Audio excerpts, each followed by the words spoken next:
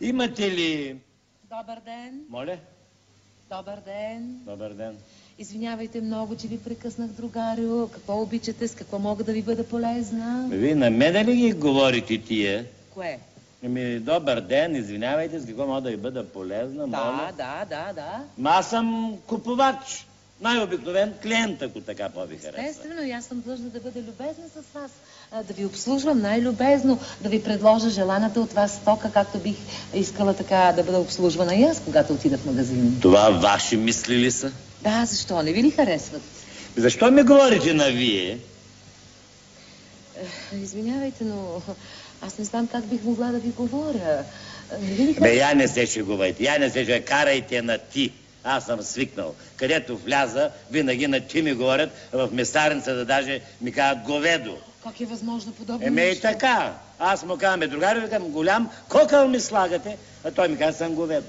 Аз ми моля го да си вземе думите обратно, той си взе месото. И ми казва, че докато не си признае, съм говедо, няма да ми го даде. Аз си признах. И казах му, извинявайте, другари, не се сърдете, говедо съм.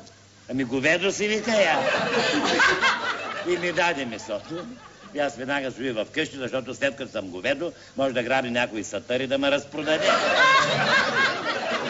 Той е бил прост човек и нищо повече. Не е толкова прост той, като на нас дава кокалите, пък за себе си оставя месо. С какво мога да ви бъда полезна? Жена ми има рожден ден, искам някакъв подарък да й взема. Да, имаме много хубави блузи. Блузи? Вземете една, хвърлете я в лицето ми и кажете, айде, ако я взима, ако не, файрум.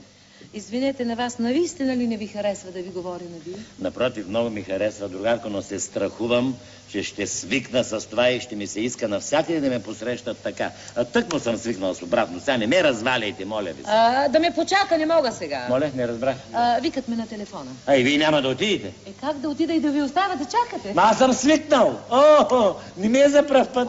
Веднъж в една сладкарница 45 минути чаках касиерката да говори по телефона с някаква приятелка и обясняваше, че предната вечер някакъв си Петю я завел на кебабчета, след това е поканил в къщи да му види новите тапети, пък той нямало никакви тапети, пък той 45 минути стоях и ги слушах, докато обяснява тези неща. И накрая помолих да ми обърне малко внимание, тя каза, аз си гледай работата, да, трай дръвник, че може и да съм бремен. Как е възможно подобно нещо, другаря? Сега да ви кажа какви блузки имаме. 80 на 100 вълна и 20 на 100 примес. Добре. Жена ви какви очи има? Жена ми е с черни очи. Така ли? Да. Тогава ви подхождала една блузка така червенца. Така ли? Колко е приятно да се пазарува при вас. Айде по-бързо. Да, не ви разбрах.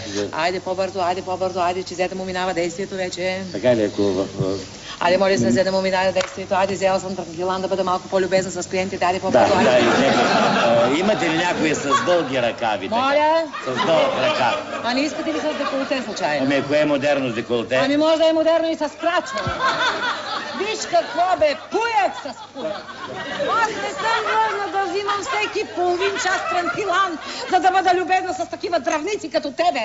Разбрали? До гуша ми дойде вече. Айде, мене Христо ме чака от половин час на телефона, а той седнал тук да иска блуза с крачен. Овца с овца! Пуек съм, значи, и овца и говедо. Виждате ли, другари, като си мълчим, колко бързо се развива животновъдството.